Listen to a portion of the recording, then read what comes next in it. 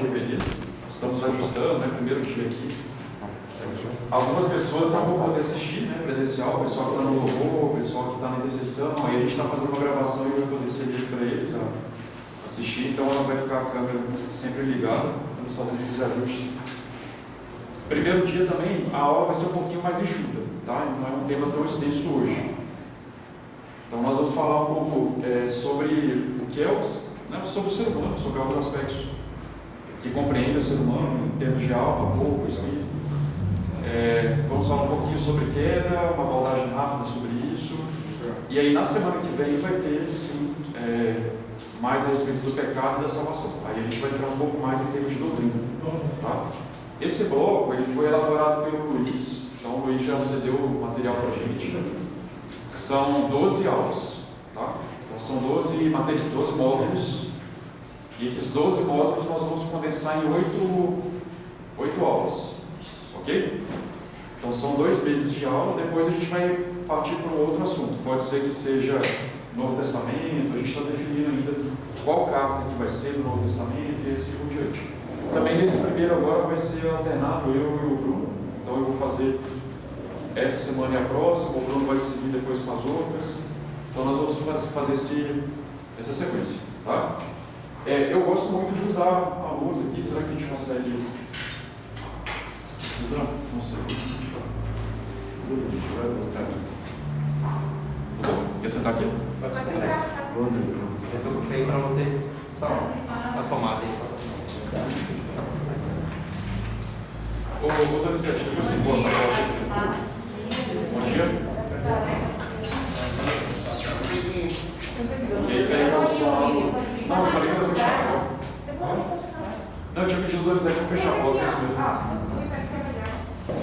Obrigada.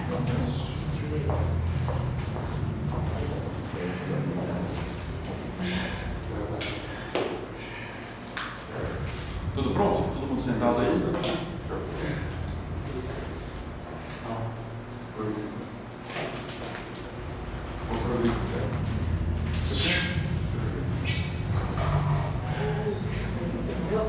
Então, nesse módulo, gente, nós vamos trabalhar em cima do modelo, do plano de Deus para o homem, tá?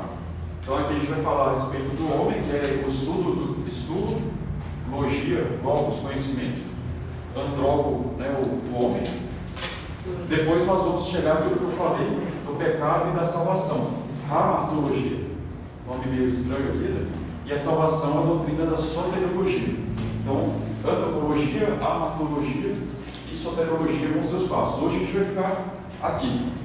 Tá? Tem alguns conceitos que são básicos e que a gente precisa trabalhar em cima deles. Então, o homem ele surge, a palavra homem, ela vem do radical de latim homo, tá? E que tem em comum uma afinidade com o que foi escrito a nossa palavra, Gênesis. Né? Então, Gênesis foi escrito em qual língua? Em hebraico. Né? E aí a palavra que se assemelha muito a homo lá no hebraico é a mesma que significa humus, ou seja, terra vermelha, terra fértil. Então o ser humano ele foi feito, a Bíblia coloca ali no estudo de Gênesis, no livro de Gênesis, que o ser humano foi feito a partir de uma terra. Qual terra? Terra vermelha, uma terra fértil. Interessante a gente pensar isso, né? Porque em termos de nutrientes que nós temos em nosso organismo, em termos de minerais, em termos de substâncias que nós temos em nosso organismo, de fato a gente tem muita coisa em comum com a Terra. Né? Olha que interessante, nós temos em comum com a Terra o ferro, o magnésio, zinco, manganês, cálcio, tudo isso está na Terra. A Terra vermelha produtiva tem umidade, o nosso corpo tem água. Então a gente vê uma coisa, tem sal na Terra, não tem sal? Na Terra tem sal, né? Na Terra que fértil. Também o nosso corpo tem essa mesma composição. Claro que o autor, Moisés, que escreveu Gênesis, ele não estava fazendo uma descrição científica. Né? Então ele não chega lá e fala assim, o corpo é 70% água, é tanto de minerais, né? Mas ele dá aquela ideia, né, do que é o ser humano. Então essa palavra em comum, humus, lembra aí, né? Humus é uma palavra que a gente usa para a terra, aqui no nosso vocabulário. que essa terra fértil, a terra que tem gente que coloca minhoca ali na terra para ela poder trabalhar mais a terra, né? Coloca produtos orgânicos, e realmente a gente tem em comum. Interessante também que a terra é vermelha, né? Essa terra que ele utiliza aqui. E se vocês verem lá a descrição dos primeiros seres humanos, os nossos primeiros pais, provavelmente tiveram esse tom mais avermelhado mesmo, esse tom mais para o moreno avermelhado, que é o que deu origem aí a mais claros e mais negros futuramente. É outra coisa interessante que a gente tem aqui. E Adão, então o primeiro homem que surgiu, o primeiro que está descrito é na Bíblia? Adão, né? O primeiro homem, Adão, que em hebraico significa exatamente homem, e que tem uma raiz em comum. A palavra Adão tem uma raiz em comum com a palavra terra, que é Adamá. Adamá é aquele que sai da terra, tá? Então, aquele que tirou sua vida da terra, aquele que deu a origem, que a produção veio por ali.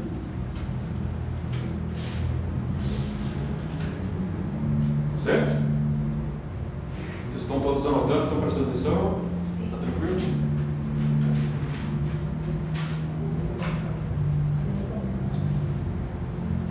Não quer passar no final? A gente passa.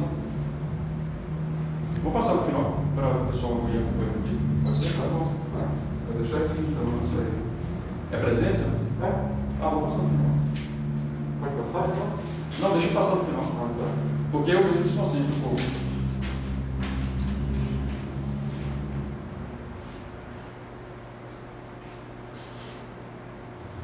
Então, aqui na criação do homem, eu não vou ler exatamente os versículos, isso aí todo mundo conhece bem, né? O livro de Gênesis. Então, vocês podem ler em casa para relembrar alguns pontos. Mas aqui é importante a gente pensar que o ser humano, lá no texto, a gente vai ler vários outros textos, mas aqui a gente não vai ler tanto não, porque é parte bem conhecida.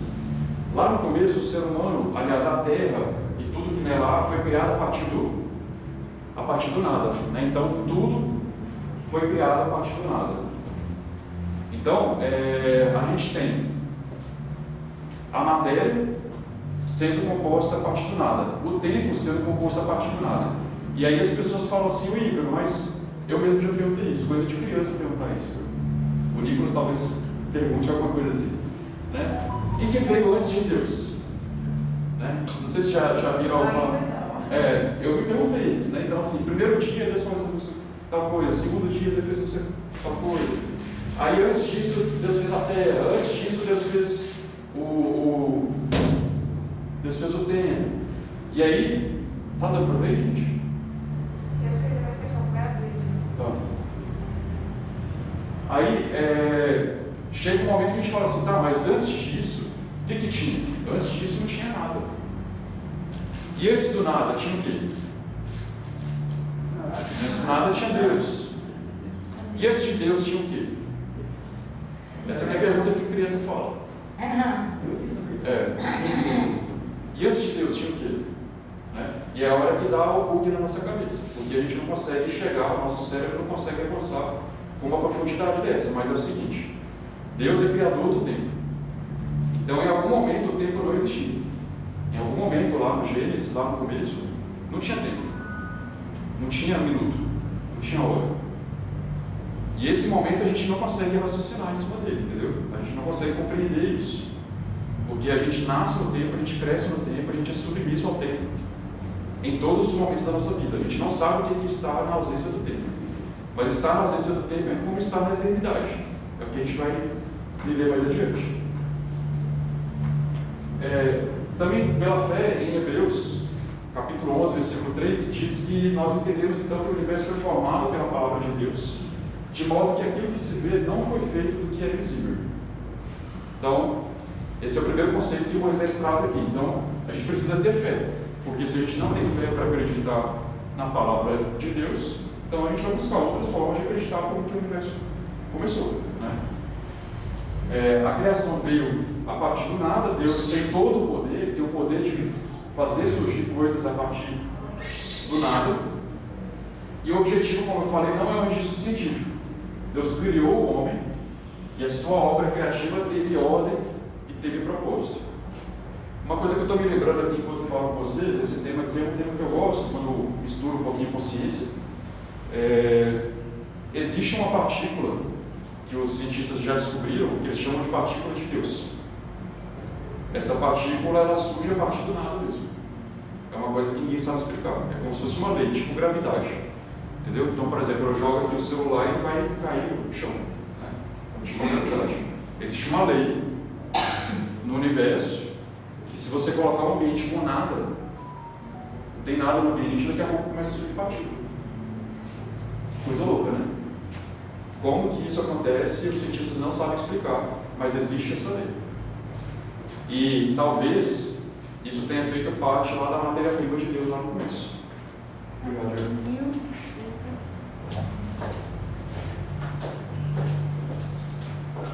E o homem, ele se distingue de outros seres vivos, dos outros animais. Por que ele se distingue?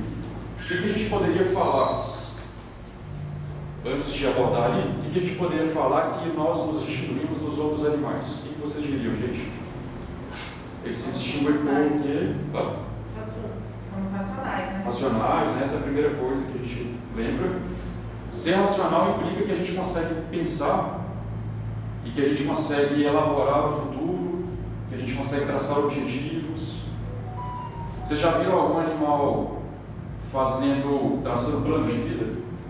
Por sinal, nem foi de propósito, eu peguei para apoiar o mouse aqui, eu fui ver um plano de vida de 2020. Algum animal faz isso aqui? Né? Então, Deus tinha plano, tinha propósito na criação do ser humano. E Deus passa essa característica para a gente, isso é inerente ao ser humano. O ser humano é dotado dessa característica de planejar, de colocar alvos, de colocar objetivos. O ser humano tem a característica de pensar a respeito da brevidade da vida também. Então, já viram algum animal contando o tempo? Falando assim, nossa, eu preciso conquistar tal coisa. Até o cachorro vive o quê? 15 anos, né? 16 anos. Meu cachorro tem 8, ele não sabe que está na metade da vida. Né? Mas eu fico calculando isso, eu tenho 34, tenho quase 35, eu fico assim, estou com quase 70. Quer dizer, quase na metade de 70. E 70 é uma expectativa de vida média hoje para o brasileiro. O brasileiro vive até 80, até 85. Se Deus quiser, daqui a um tempo vai ser mais. Tem outros que vivem mais, tem outros que vivem 100 e poucos anos. Né? Então, a gente faz esse tipo de cálculo.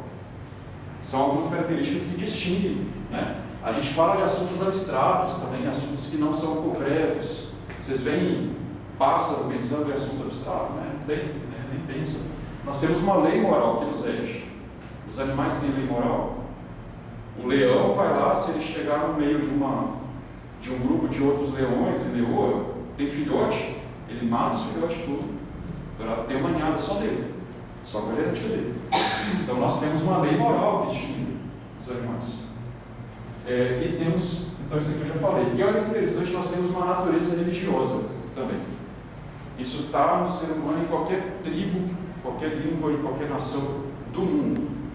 Tá? Então, qualquer ser humano que você pegar em qualquer tribo, em qualquer lugar do mundo, vai ter um cunho de religiosidade ali.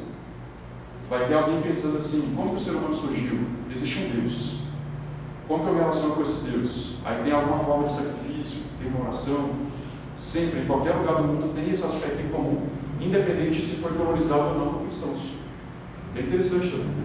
Eu aprendi isso na faculdade. Quando eu estava começando a faculdade, tinha algumas tribos indígenas do Brasil que, quando chegaram lá para estudar, o povo não tinha tido contato nenhum. O povo, até hoje, tem alguns que não tiveram contato. E eles têm um aspecto de fé, eles têm um aspecto de crença. Então, olha que coisa estranha. Aí a ciência resolveu estudar isso.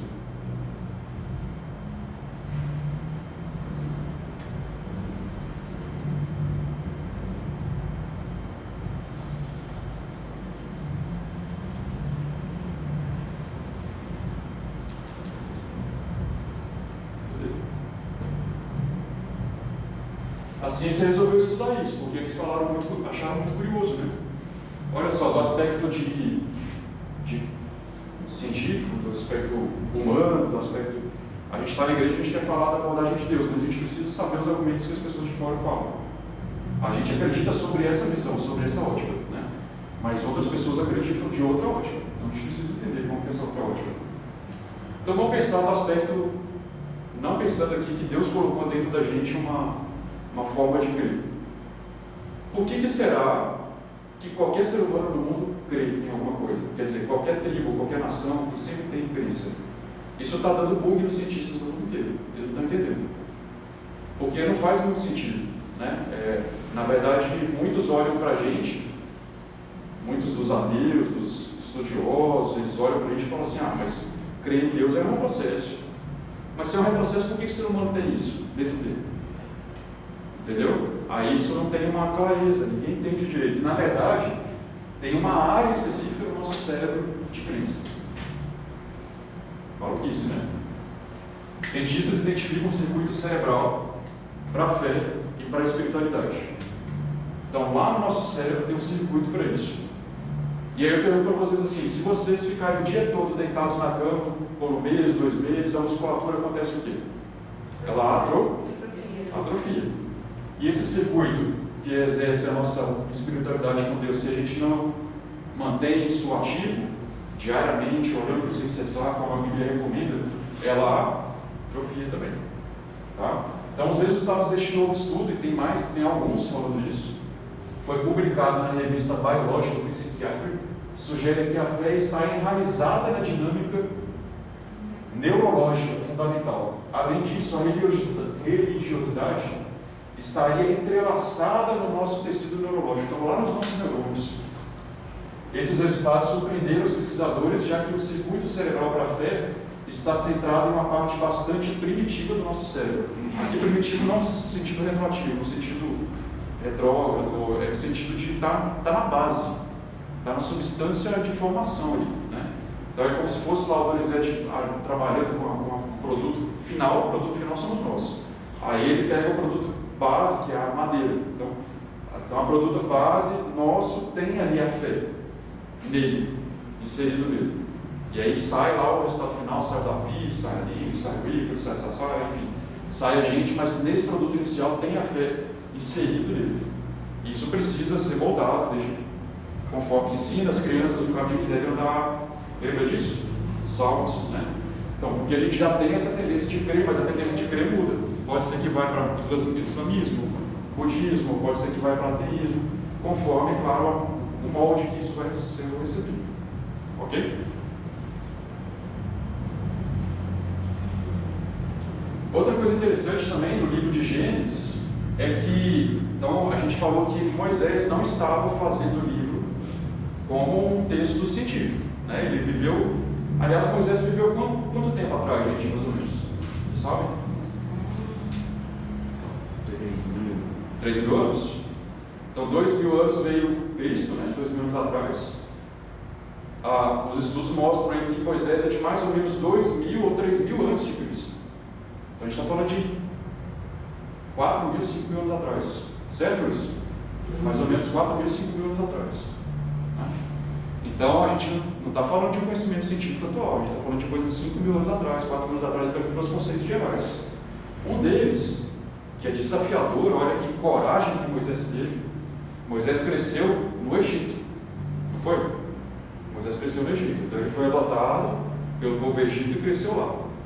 E aí esse circuito cerebral que a gente acabou de falar foi adequado para crer nas coisas de lá, embora ele não tivesse contato com a cultura dele inicial. E essa cultura de lá falava que quase tudo era Deus. O sol é Deus, a lua é Deus, as estrelas são Deus, o rio Nilo, que é de onde vinha a água que trazia por sua vez o alimento, também era Deus, vaca também era Deus. Então eles eram povos politeístas, E aí Moisés traz uma novidade, Moisés traz um único Deus. Então Moisés traz que esse Deus fez a partir do nada, e ele traz que tem um Deus. Não é que tudo é Deus, tem um Deus.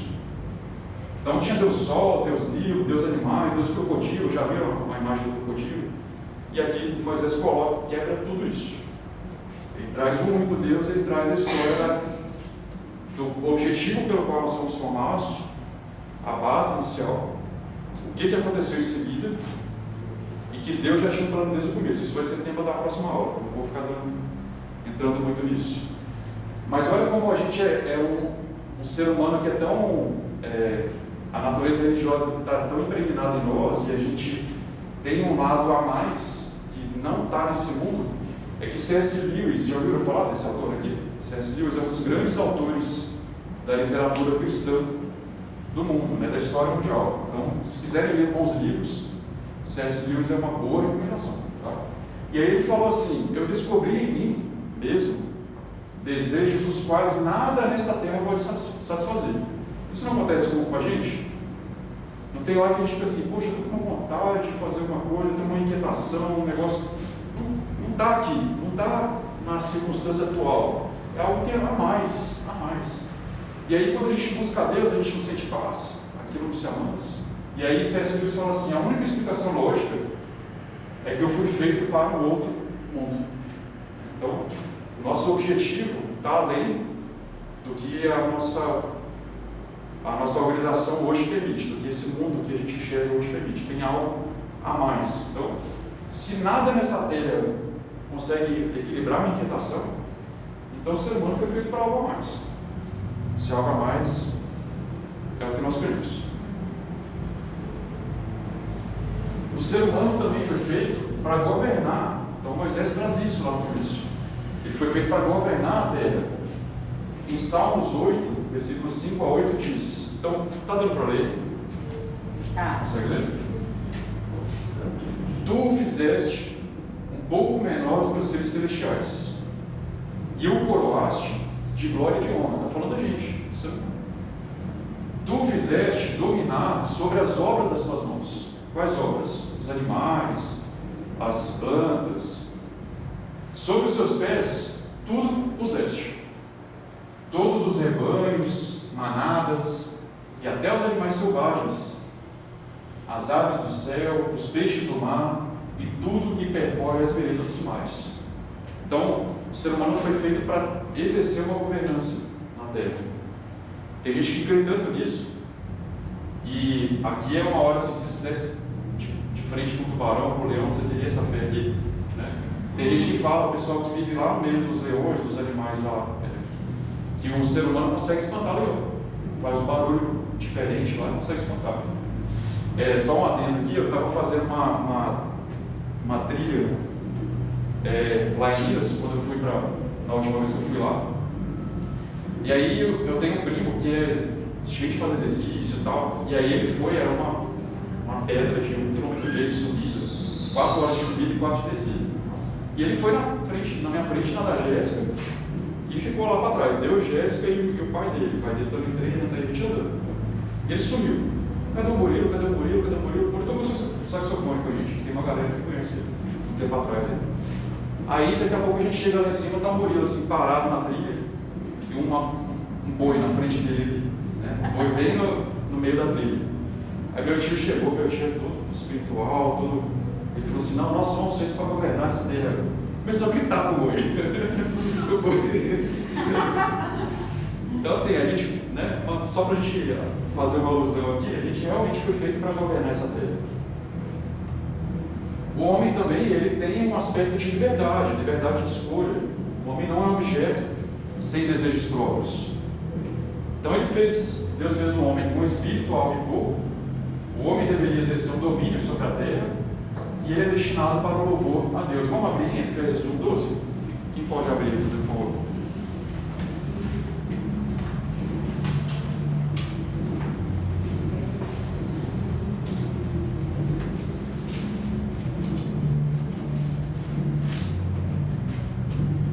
Quem puder já ler?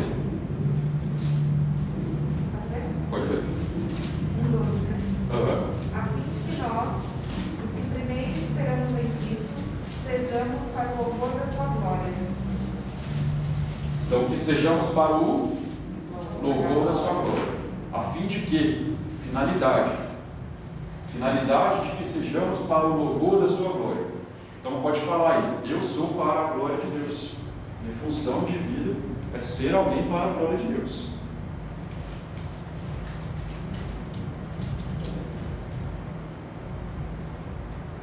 Só que esses destinos para os quais Deus fez o homem, eles foram corrompidos pela queda, que a gente vai abordar um pouquinho mais na próxima na próxima aula. Mas o fato é que nós temos sempre à nossa frente dois caminhos. Um caminho que é bom, um caminho que é mau. Nós temos a vontade nossa e nós temos a vontade de Deus. Nós temos o desejo de possuir coisas. E aqui, esse quadrinho, na verdade, se vocês estiverem notando, pode jogar ele para baixo aqui.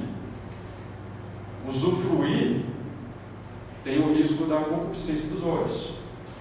O sucesso com a soberba. O desejo de possuir coisas com a concupiscência da carne. Então aqui são alguns motivos, alguns pontos de pegadinha, onde o ser humano caiu lá no começo e onde a gente cai até hoje. Motivos da nossa queda. E aí, com a queda, aquela harmonia que a gente falou, o governo do ser humano sobre a terra, aquele jeito que a terra foi feita, harmônico, isso vai sendo corrompido. E quais são as consequências disso? Bom, falando lá da terra, a terra passou a ser amaldiçoada. Lá depois, mais adiante, a gente vai falar que no futuro, quando Deus restaurar a terra, ele fala que animais selvagens vão habitar com animais mais mansos. Por exemplo, assim, leão e bode, ele fala que leão caça a ovelha, caça o carneiro, mas eles vão habitar em conjunto, não vai ter morte nem de animal. Olha que interessante isso. Tá? Então isso que foi feito lá no começo, e que foi quebrado, vai ser restaurado. Os espinhos que passaram a surgir na terra como consequência do pecado. Também muito interessante isso, né? Porque o pecado, parem para pensar aí, se o pecado afeta só a nossa vida e nosso relacionamento com Deus. Não é assim, né? Quando a gente peca, e dependendo do quanto que nós caímos no pecado e quanto que nós permanecemos nele, começa a afetar o nosso redor. Começa a afetar a nossa família, nossos parentes, nossos amigos, e afeta até o meio em que nós vivemos, o meio ambiente mesmo. Todos os que participaram da queda, e aí quem foram os que participaram da queda? Adão, Eva e a serpente. Então vocês lembram, né, da história, todo mundo que conhece. A serpente, então, foi obrigada a rastejar, comer poeira mesmo. Foi, se ela foi obrigada a rastejar, então um dia ela não rastejou. Isso, um dia ela não rastejou. E, embora não seja um texto científico, se vocês olharem lá do ponto de vista científico, a serpente um dia teve pata. Se vocês olharem lá os ossos que o pessoal descobre aí, ela tinha pata, então ela não rastejava direto na areia. Olha só que coisa, né? Eu me encanto com essas coisas. Não sei se eu consigo passar isso, mas eu acho demais. A mulher passou a sofrer ao gerar filhos. Teve a questão do domínio marital, isso está lá em Gênesis. E o homem passou a ter o trabalho árduo e a consequência da morte, o ser humano como um todo. E essa natureza do homem, então, passou de uma natureza imortal e incorruptível para uma natureza que é rápida, breve. Vamos abrir, se essa coisa, por favor, Jó 8, 9.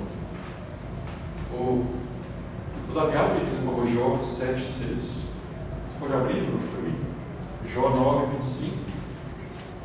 E Seli, Tiago 4, 14, pode ser? Vamos ler esses textos.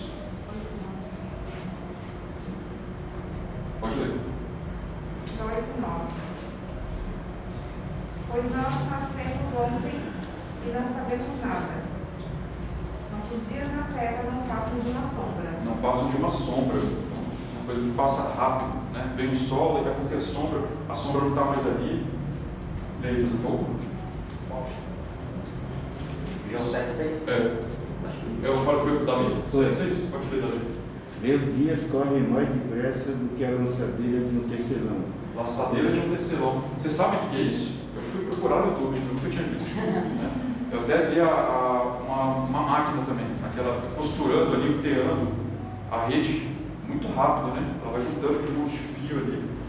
É uma coisa breve, rápida, mensageira. Jó 9, 25. Meus dias correm mais depressa do que um atleta. Eles fogem sem um lampejo de alegria. Então, são novamente falando da brevidade da vida do ser humano. Isso aí, Tiago 4,14. Vocês não sabem como será a sua vida amanhã, pois vocês são como uma neblina passageira, que aparece por algum tempo e logo depois desaparece. Então, de novo, somos uma neblina. Então, a gente vê aqui no Antigo Testamento isso sendo falado, isso sendo confirmado aqui no Novo Testamento. A brevidade da nossa vida, dos nossos dias. E o homem passa a ser então inclinado para o pecado desde a sua concepção.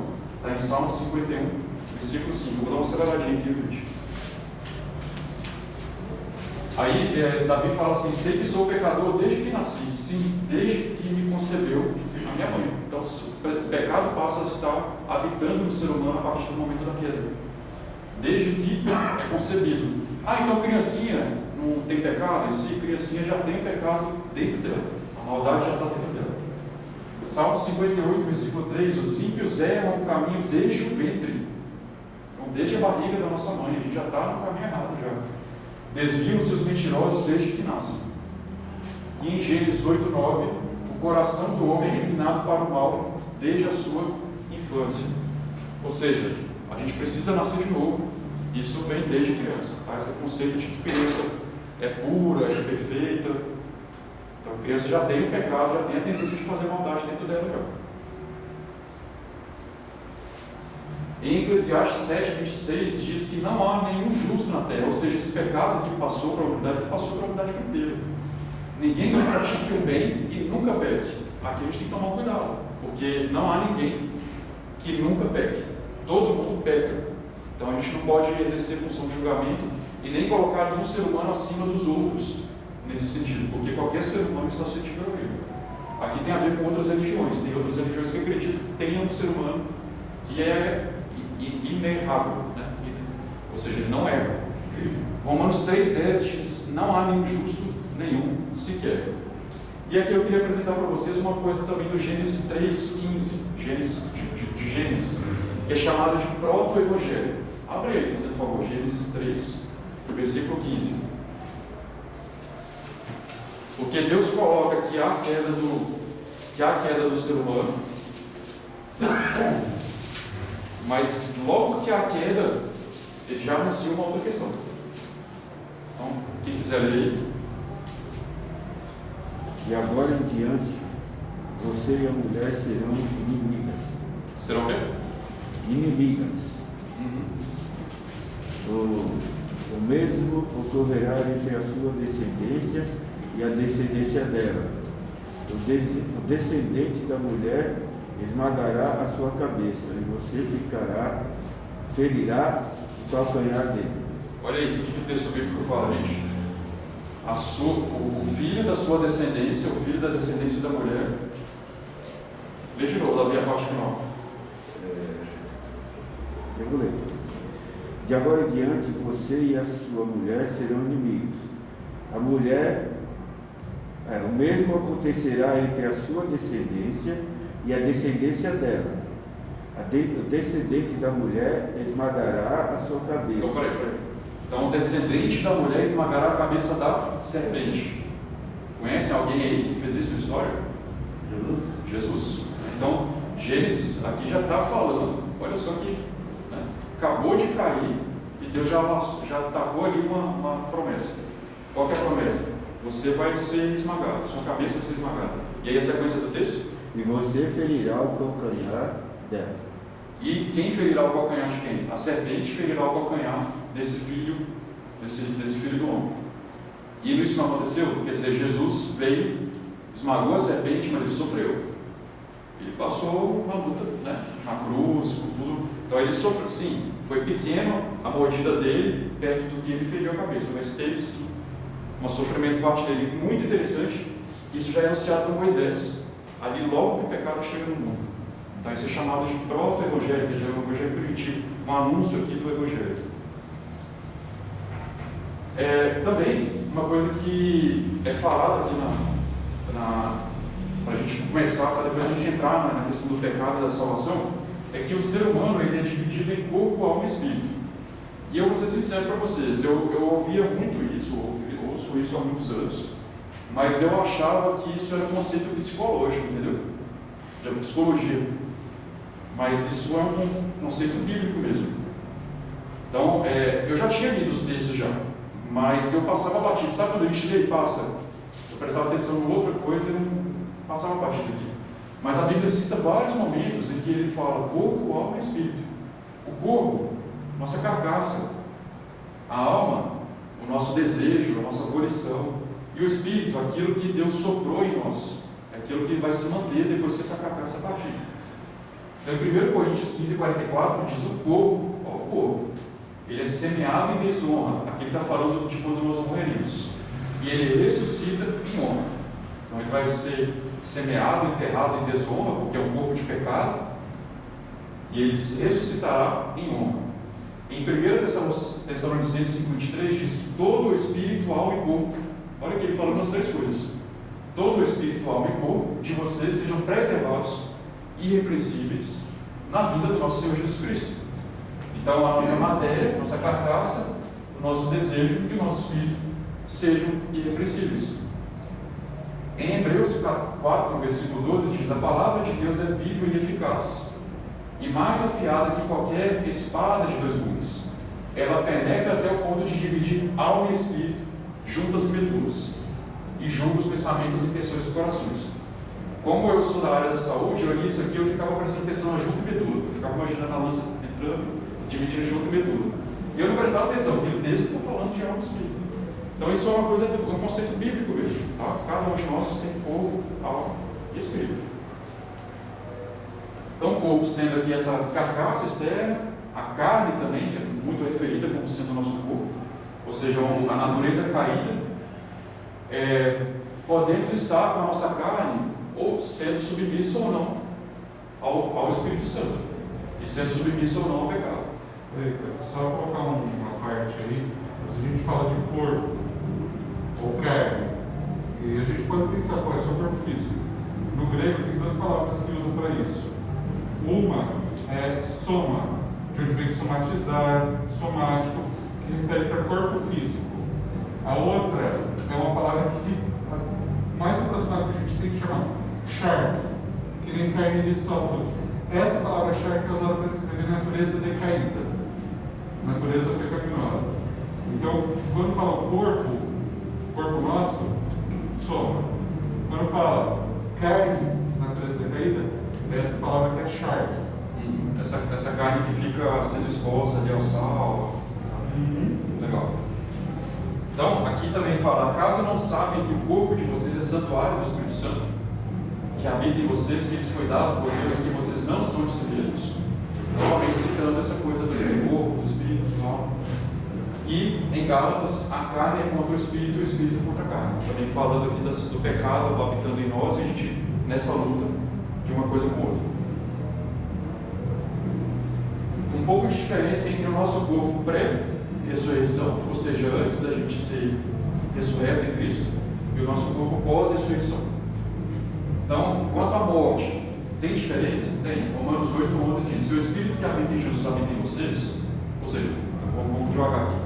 Se o mesmo Espírito que habita em Jesus habita em nós, aquele que ressuscitou a Cristo dentre os mortos também dará vida aos nossos corpos mortais. Então, se Jesus ressuscitou, a gente também vai ressuscitar. Aliás, esse é um dos motivos dele ter ressuscitado, para mostrar para a gente que é esse o caminho que a gente vai percorrer, por meio do seu Espírito que habita em nós. Ou seja, é condicionado a ressurreição a ter o Espírito em letra maiúscula, em nossas vidas. E quanto à escravidão do pecado, em Romanos 6, versículos 6 a 12, dizem que o nosso velho homem foi crucificado com ele para que o corpo do pecado seja destruído. E não mais sejamos escravos do pecado, pois quem morreu foi justificado do pecado. Enquanto a regeneração, em Romanos 8,13 diz: pois se vocês viverem de acordo com a carne, morrerão, mas se pelo Espírito fizerem morrer os atos do corpo, viverão. E aqui um ponto que hoje em dia não está na moda, né? Porque hoje em dia a coisa de matar a carne não está muito na moda. Hoje a gente tem que seguir qualquer desejo, respeitar tudo, porque essa coisa de seguir a Deus aqui já está retrógrada. A Bíblia está falando não.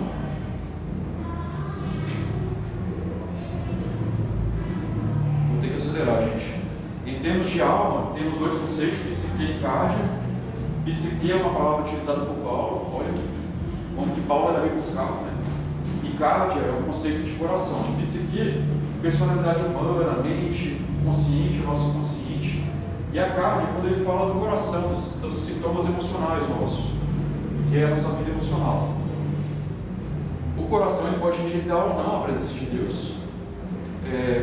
Vou precisar acelerar mesmo aqui, mas esses são conceitos que vocês já conhecem bem já. E que o Espírito ele é traduzido no texto original como pneuma. Vocês já foram no pneumologista? É um médico que cuida do pulmão, cuida do ar, da respiração. O Espírito então vem daquela ideia de que Deus soprou a vida, Deus soprou o Espírito de vida em nós. Então o Espírito é sempre descrito como o ar, o pneuma, no texto original. Tá? E aqui eu queria deixar uma reflexão para vocês. Eu estava conversando um dia desse com uma psicoterapeuta e ela estava dizendo assim, eu falei, olha, eu já vi alguns estudos que falam que seguir a Deus, seguir a palavra, ler a palavra, orar, é fator de proteção, a gente vive melhor, a gente vive mais feliz, os casamentos vão melhor, o cuidado com os filhos vão melhor, tem estudos falando isso. Ela falou, olha, eu já aprendi o contrário também, eu já aprendi que quando um ser humano vive muito na religião, ele na verdade tem mais doenças. Por que tem mais doença, Camila? Ela falou assim, porque o ser humano começa a seguir uma doutrina que ele não foi feito para ela, ele começa a se forçar. E eu falei, mas não é a força. Eu e a Jéssica estávamos juntos conversando com ela, não é a força, porque a gente tem um espírito que é trocado. Porque na hora que quando a gente começa a seguir, estou terminando, estou no último, obrigado. Quando a gente começa a seguir regras sociais, regras de uma igreja, regras de uma doutrina, simplesmente matéria, troca de roupa, muda a palavra, sem ter o nosso coração, sem ter nossa psique, sem ter nossa alma, nosso espírito modificado, isso vira um fardo, isso vira um peso. E aí é onde surgem doenças mesmo. Agora, quando a gente tem um novo coração, uma nova alma, um novo espírito, a coisa vai, né? Quer dizer, eu já não tenho vontade de pecar, porque o Espírito Santo habita em mim. Então, se ele habita em mim, para mim não é a força. Eu simplesmente desejo não pecar, porque eu não quero que você seja Deus. Tá? E um texto aqui para vocês memorizarem, Romanos 12, 1 e 2, para a gente finalizar aqui. Romanos 12, 1 e 2.